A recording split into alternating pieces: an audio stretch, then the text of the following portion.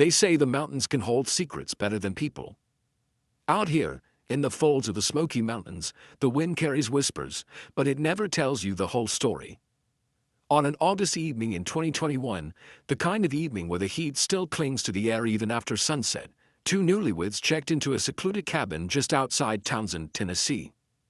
For anyone passing by, they were just another couple on their honeymoon, two people in love, looking to start their life together. Their names were Ethan Caldwell and Sophia Hayes. They'd been married only 4 days. From the outside, they looked like the kind of couple people envied, the kind you might see in a glossy wedding magazine, all smiles and holding hands. But as with most photographs, what was captured wasn't the whole truth.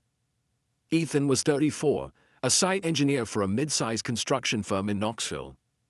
He had the kind of presence people described as solid, dependable, quiet, the kind of man who didn't rush his words.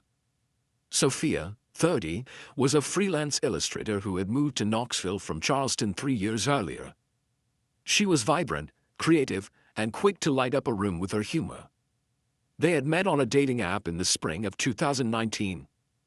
Their first messages were about their shared love for hiking, old vinyl records, and the kind of small-town diners that still serve pie by the slice. In less than 6 months, they were inseparable.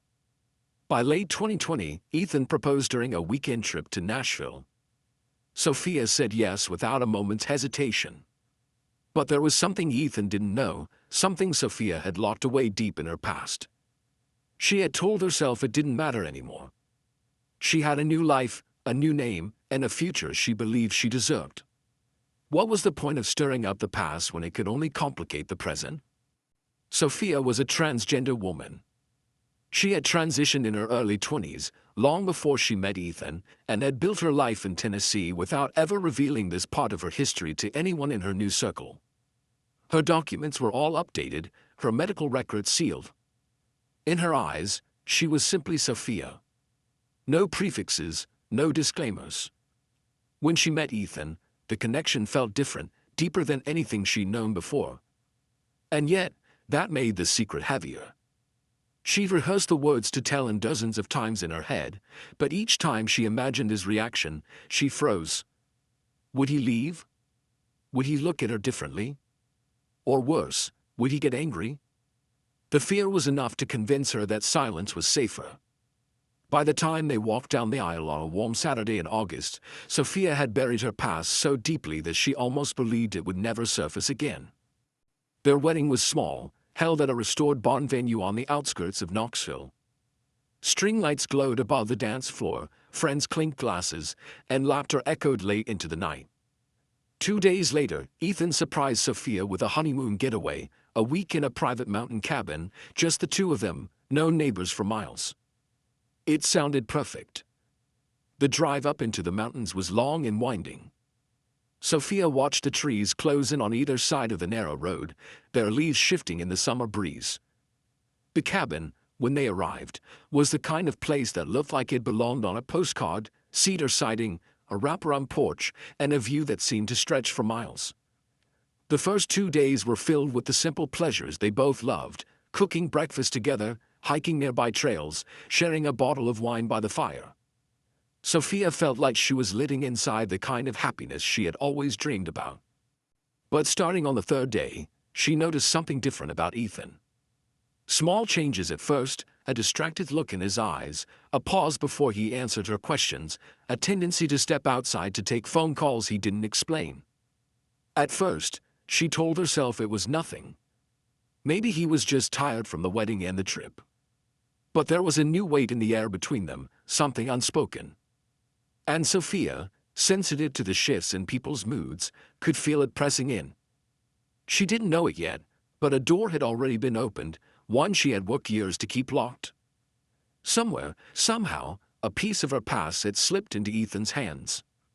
And once he had it, there was no way to put it back.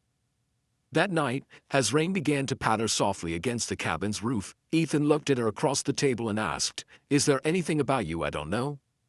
His voice was calm, but his eyes held something else, a searching, almost shocked quality.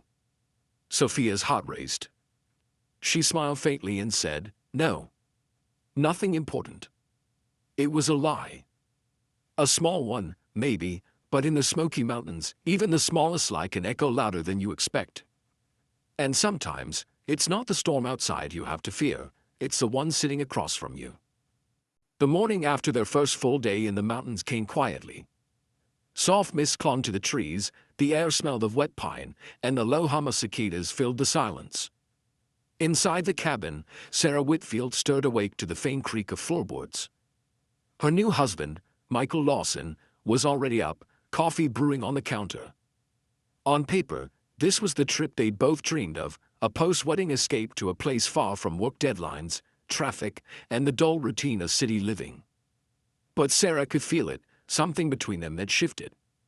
Michael moved around the kitchen with a strange stillness. His eyes flicked toward her every so often, as if weighing some private calculation. "Sleep well?" he asked, voice neutral.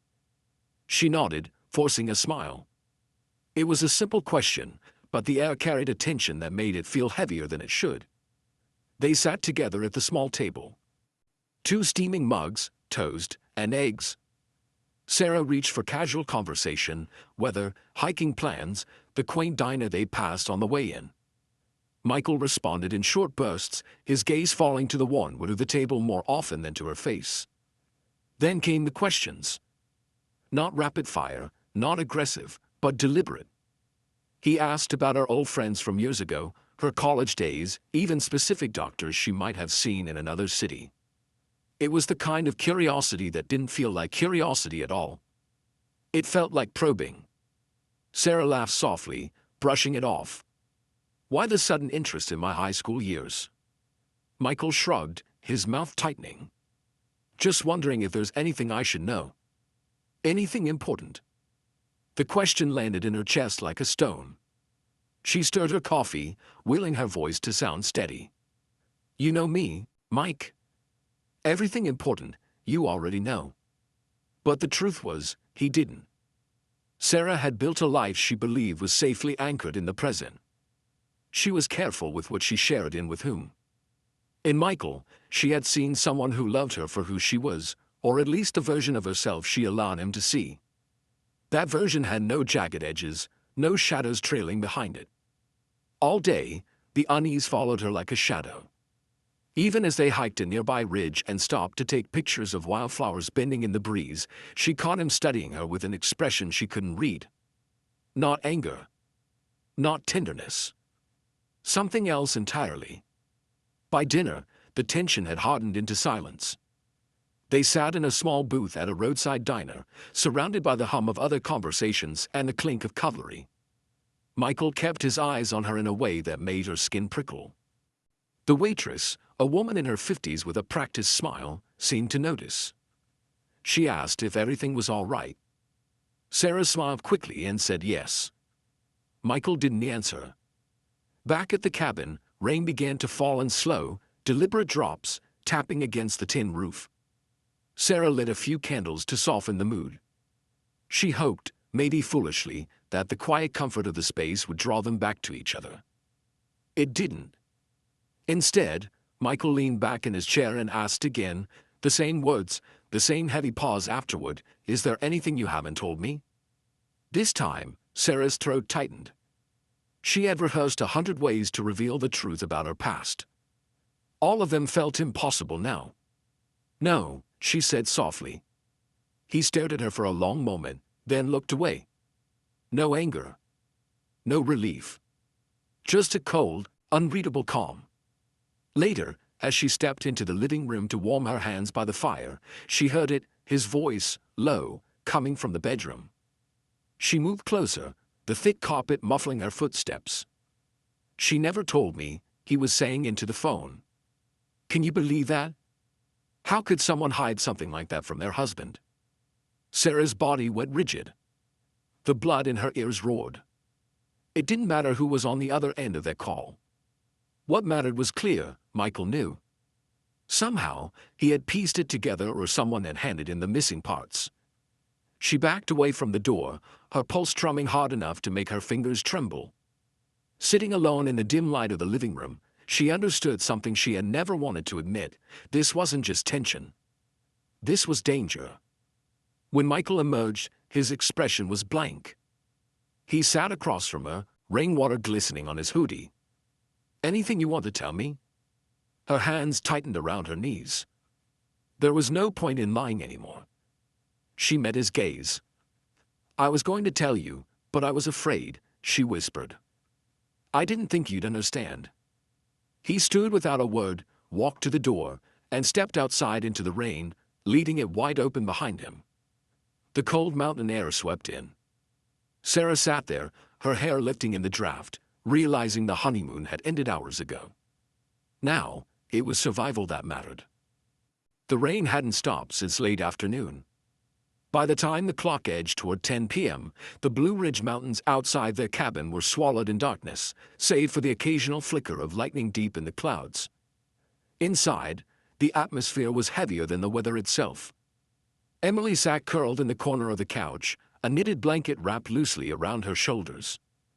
The fire in the hearth hissed softly as raindrops slipped down the chimney.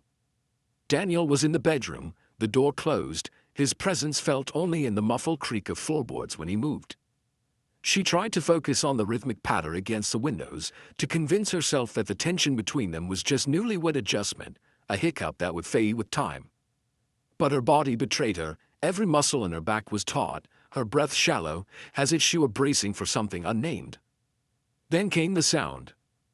At first, it was faint, the low murmur of Daniel's voice. Emily thought he might be talking to himself. She strained her ears. A pause. Then words, clearer this time, cutting through the thin wall between them. "She never told me." Can you believe that? How could someone hide something like that from their husband? Her chest tightened. She felt her pulse in her ears. It was as though the air had been sucked out of the room. There was no ambiguity in his tone. This wasn't idle conversation. This was accusation. And somehow, he knew. Emily's mind raced backward.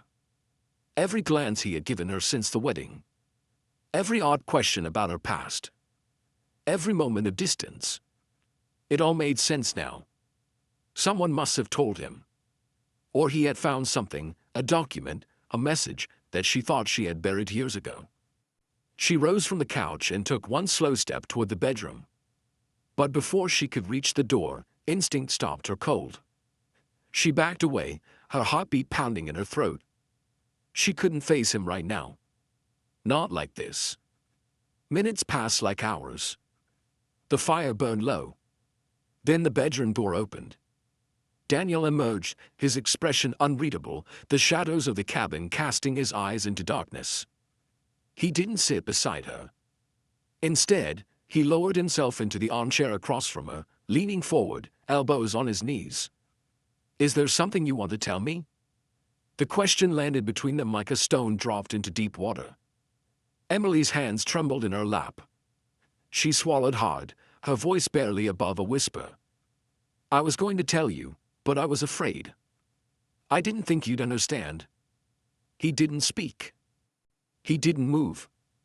After a long moment, he stood, walked to the door, and stepped outside into the rain, leaving it open behind him. Emily remained on the couch, staring at the empty doorway, the cold air creeping in. In the pit of her stomach, she knew the truth. The conversation they had just shared wasn't the end of something, it was the beginning. And it wasn't just about a secret anymore. It was about survival. The morning of August 11th, 2021 began with the kind of mountain stillness that makes every sound seem louder. The rain from the night before hadn't stopped, it had only softened into a steady drizzle that clung to the Blue Ridge air like a damp blanket.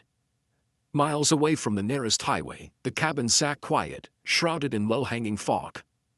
It might have looked peaceful to someone passing by, but to Harold Jennings, the property owner, something felt off. The Carters, Jason and Lily, were supposed to check out that morning. Honeymoon guests were usually eager to get an early start, return the keys, maybe share a few words about their stay. But it was nearly 9 a.m., and the cabin phone had been ringing unanswered for over an hour. Their SUV still sat in the same spot it had been for days, streaked with rainwater, untouched. Harold was a patient man, but not one to ignore his instincts. He reached for his cell phone and called the Watauga County Sheriff's Office. "Got a couple up in my rental that haven't checked out, and they're not picking up the phone. Their car hasn't moved." 2 deputies were dispatched. The drive up to the property was slow. The rain had turned the dirt road into a slick ribbon of mud.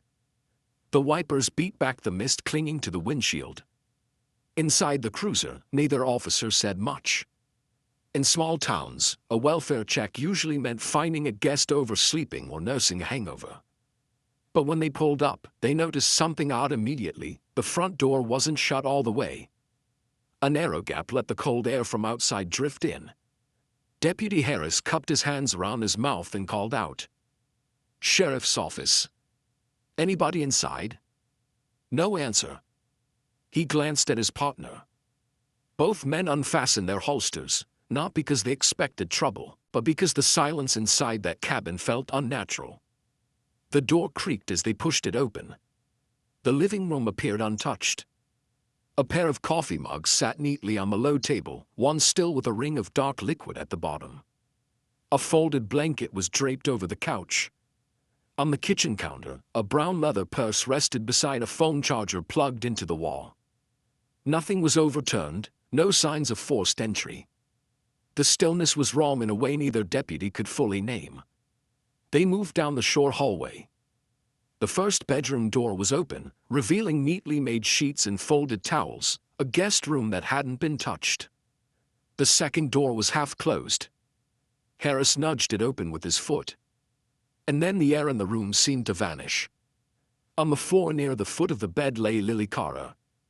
She was motionless, her dark hair fanned out against the wooden planks. A pale sweater clung to her frame, damp with perspiration and rainwater. Her skin carried the unmistakable stillness of death. There were no signs of a fight, no broken glass, no overturned furniture. Just the terrible simplicity of a life suddenly ended. Harris took a step forward, his voice steady but low. "Dispatch, we've got a possible 10 to 54. Female. No signs of life." The next hour unfolded in a blur. Detectives arrived, followed by a forensic team. Camera shutters clicked in rapid bursts as every inch of the cabin was photographed. Evidence markers began to dot the floor. The bedroom window was locked from the inside. The front door showed no signs of damage. It was becoming clear, whoever had done this was someone Lily had let inside willingly. Jason Carter was nowhere to be found. His phone and wallet were still in the cabin. The SUV sat outside untouched. Detective Mark Phillips, a tall man with the tired eyes of someone who'd worked too many late nights, stood at the foot of the bed, surveying the scene. His mind was already running down the list of possibilities. In most homicide cases involving couples, the trail pointed inward before it pointed outward. By early afternoon, the case shifted from a welfare check to an active homicide investigation. Harold Jennings was brought in for questioning. He repeated the same details he'd told deputies. Jason and Lily had checked in on August 7th, seemed happy at first, but in the last 2 days he hadn't seen them leave together. He remembered seeing Jason alone on the porch once, speaking in hushed tones on his phone. The first real lead came from a waitress at a small diner in town. She recalled serving the couple on the evening of August 9th. Lily had been cheerful at first, but as the meal went on, Jason's tone shifted. She noticed the way he leaned across the table, asking questions that made Lily's smile falter. She couldn't hear the words, but the tension between them was obvious enough that even other customers noticed. Back at the sheriff's office, detectives secured Jason's phone records. That's when the picture began to sharpen. 2 lengthy calls stood out, both placed to a number registered to Gregory Hale, a man living in Asheville, Lily's former city. Gregory's name meant nothing to the detectives at first. But when they paid him a visit, his reaction told them everything. Gregory looked rattled the moment they explained why they were there. He admitted Jason had called him unexpectedly 2 days earlier, asking questions about Lily's past life. Gregory hadn't thought much of it at the time. In his mind, he was simply being honest. He told Jason the truth, that Lily had been born under a different name, and that she had transitioned years before moving to Asheville. Gregory's voice cracked when he realized what might have happened after that phone call. I didn't think it would lead to this. The information shifted the investigation's trajectory entirely. Now, the motive was no longer a mystery, it was a secret revealed in the worst possible way. But motive was only half the battle. Jason was gone, and in a place as remote as the mountains around Blowing Rock, he could have disappeared in any direction. Search teams began combing the trails surrounding the cabin. Bloodhounds caught a faint scent leading into the woods but lost it near a service road. That was when a new witness surfaced, a hiker named Susan Miller. She claimed that on the night of August 10th, she saw a man matching Jason's description speaking with another man beside a black pickup truck parked off a remote trailhead. They weren't friendly, she told detectives. It looked like they were arguing. The second man wore a gray hoodie, jeans, and a baseball cap pulled low over his face. It was the first indication Jason might not have left on his own. Detective Phillips stood over the map in the command post that evening, a red marker in his hand. The ring continued to tap against the windows. Each pin on the map marked a lead, a possible route, a place to search. But the one thing missing was the answer to the question that gnawed at every investigator in the room. Was Jason Carter running from justice? Or was he being helped to vanish? Either way, someone out there knew the truth, and the clock was already ticking. By August 12th, the investigation into the death of Emily Turner had stalled in a haze of unanswered questions. The man everyone suspected, her husband, Jason Miller, was gone without a trace. The search teams had combed the dense forests and winding trails surrounding their honeymoon cabin in the Smoky Mountains. K-9 units picked up his scent in several spots, but each time it simply vanished, as if Jason had melted into the trees. Detective Mark Phillips, the lead investigator, refused to believe Jason had disappeared by chance. From the moment he stepped into that cabin and saw the undisturbed living room, the open front door, and Emily's lifeless body lying near the bed, he knew the scene was too clean. It wasn't the chaos of a sudden fight, it was controlled, deliberate. Whoever killed Emily had time, and perhaps help. The first crack in the case came mid-afternoon on the 12th, when Phillips got a call from a park ranger. A woman named Sarah Miller, no relation to Emily, had been hiking alone on the remote Hickory Ridge Trail on the night of August 10th. She remembered seeing two men standing beside a black pickup truck parked just off the trail. It was strange, Sarah told detectives in a calm but uneasy voice. It was pitch dark except for the truck's headlights. They weren't just talking, they were arguing. The shorter guy, he matched the picture I saw on the news, seemed desperate. Kept running his hands through his hair. The taller one in a gray hoodie didn't say much, just nodded and looked around a lot, like he was checking the area. The location Sarah described was roughly 3 miles from the Turner's cabin. And it was just hours before authorities believed Emily was killed. Detectives immediately pulled traffic camera and gas station footage from the nearby highway. That's when they found it, grainy footage from a gas station camera showing the same black pickup truck at 5:02 a.m. on August 11th. But the driver wasn't Jason. The man behind the wheel was tall, wearing a gray hoodie, matching the hiker's description. Running the plate number led police to Matthew McGreen, a 38-year-old mechanic from a small town 30 minutes away. Green wasn't just any mechanic, he had a history of bar fights, assault charges, and a prior arrest for illegal possession of a firearm. When deputies brought him in for questioning, Green's cocky demeanor lasted all of 10 minutes. At first, he denied knowing Jason, but Detective Phillips had a tactic. He slid the still frame from the gas station camera across the table. Green's smirk faded. "Look," Green started, rubbing his face, "I didn't kill her, all right? Jason came to me 2 days earlier. Said he needed a way to disappear after dealing with some personal business." Phillips leaned forward. "Did he tell you what that business was?" Green shook his head. "Not exactly. Just that he found out something about his wife and it changed everything. I figured it was divorce stuff. Next thing I know, he calls me late on the 10th, says he's ready, and when I meet him at the trailhead, he gives me $1,000 in cash." "What happened next?" Phillips pressed. I drove into the bus station in Knoxville. He said he had to get to Georgia. Didn't say why. I didn't ask. But Green's voice trembled when he added, I never thought he actually, kill her. Phillips left the interview room knowing two things: Jason Miller was alive, and he was running. And now, they had the first solid lead in days. Surveillance confirmed Green's route. More footage showed Jason boarding a Greyhound bus bound for Atlanta at 5:15 a.m. on August 11th. For Phillips and his team, the case had shifted from a small-town homicide to an interstate manhunt. Jason wasn't just a grieving husband in shock, he was a fugitive with a head start and nothing left to lose. In the quiet of his office, Phillips stared at the evidence board. Emily's smiling face looked back at him from a pinned photo, framed by crime scene shots and phone records. Beside her was Jason's mugshot, taken years earlier for a minor traffic violation. Between them ran a string of red evidence lines: motive, opportunity, eyewitness sightings. Phillips tapped a board with his pen. We've got him on the run.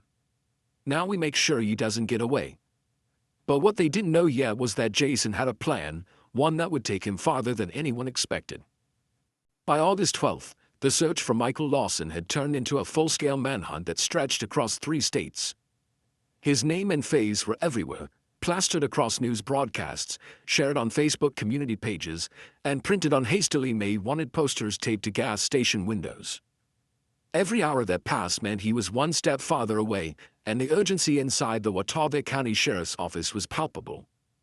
Detective Mark Phillips hadn't slept in nearly 36 hours. His desk was littered with half-empty coffee cups, open case files, and a map of the Southeast covered in red pushpins. He stared at the timeline they built, from the moment Michael left the cabin to the sighting on the Tanner Trail, to the gas station footage of Matthew Green's truck heading west. Each detail felt like a breadcrumb, but the trail was fragile. By mid-morning, the FBI officially joined the case. Their involvement meant 2 things: resources and pressure. Agents began combing through Michael's financial history, digital records, and social media accounts. A chilling discovery emerged: days before the murder, Michael had made multiple online searches about countries with no U.S. extradition and how to disappear without a trace. At 11:15 a.m., a break came from an unexpected source.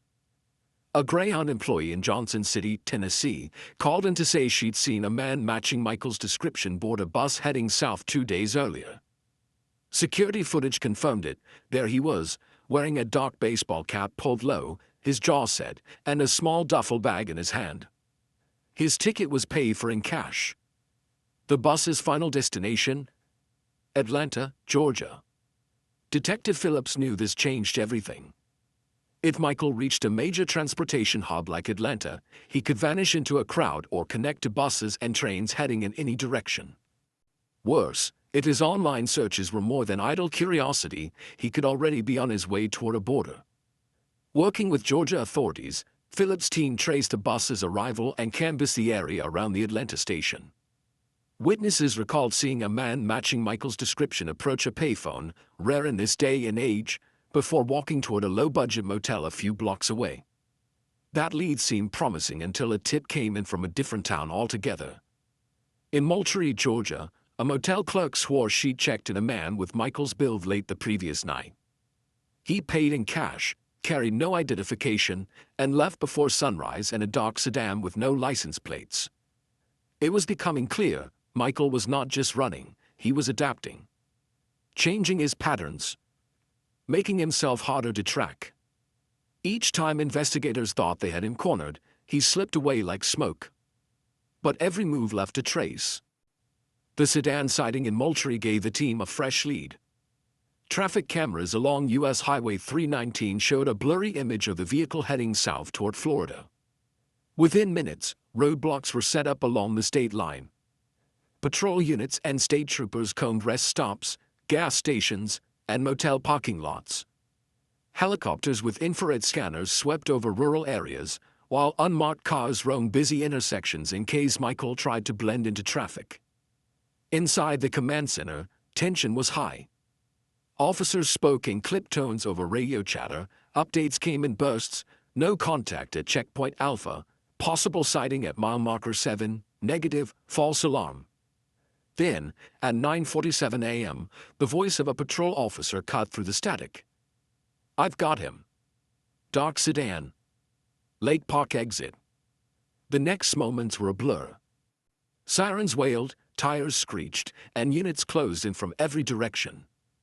The driver tried to merge back into traffic, but a tactical vehicle maneuvered in front of him, forcing the sedan onto the shoulder.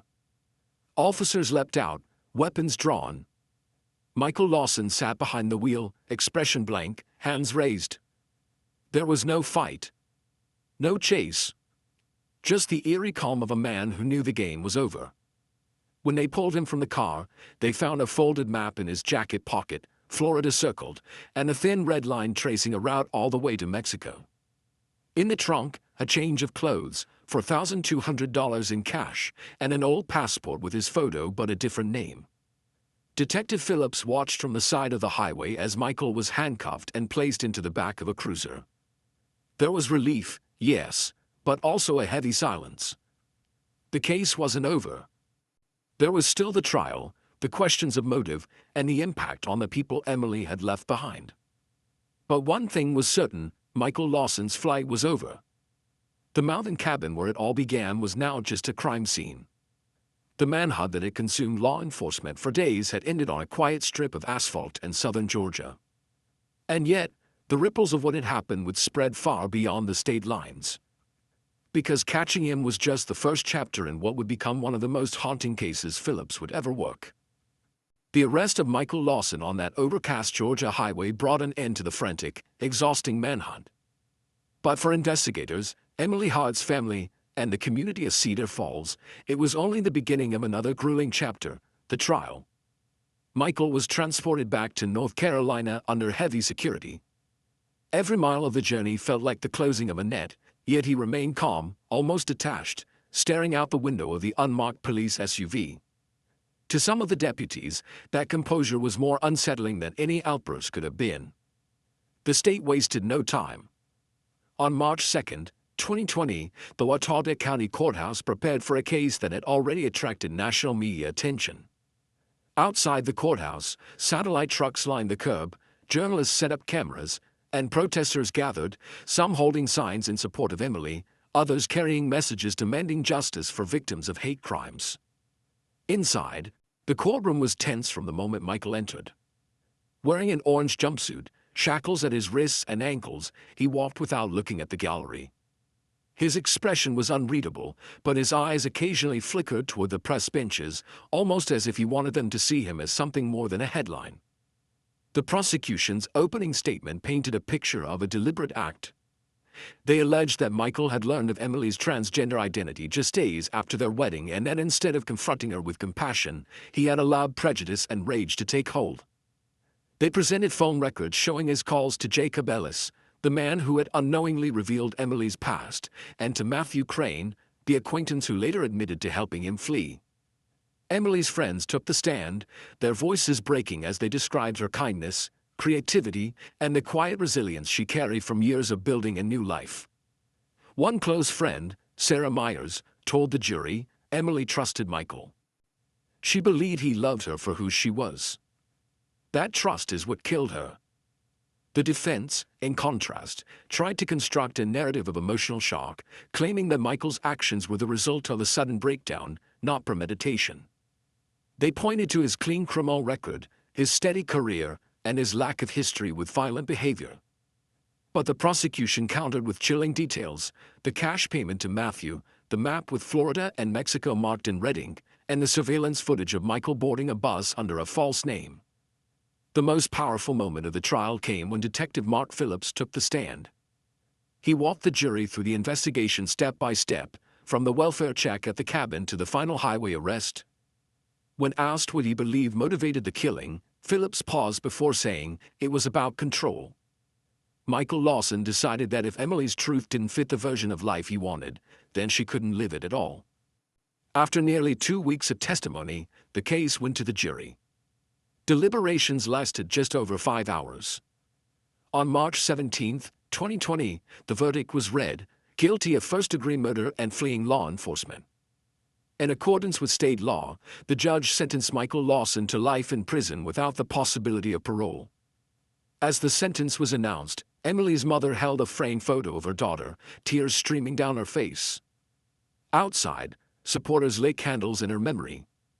The wind that evening was cold, but the small crowd stayed for hours, sharing stories about Emily's warmth and laughter. For the people of Cedar Falls, the trial closed the legal chapter, but the emotional scars remained.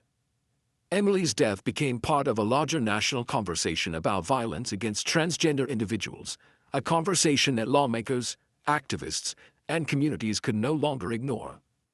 In the month that followed, a memorial bench was placed in a quiet park near Emily's favorite hiking trail.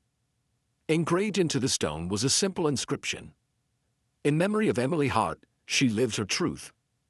Every spring, friends gather there with flowers, speaking her name aloud so that she is not forgotten. And while justice was served in a courtroom, the true victory, they say, will be when no one else has to fear living honestly.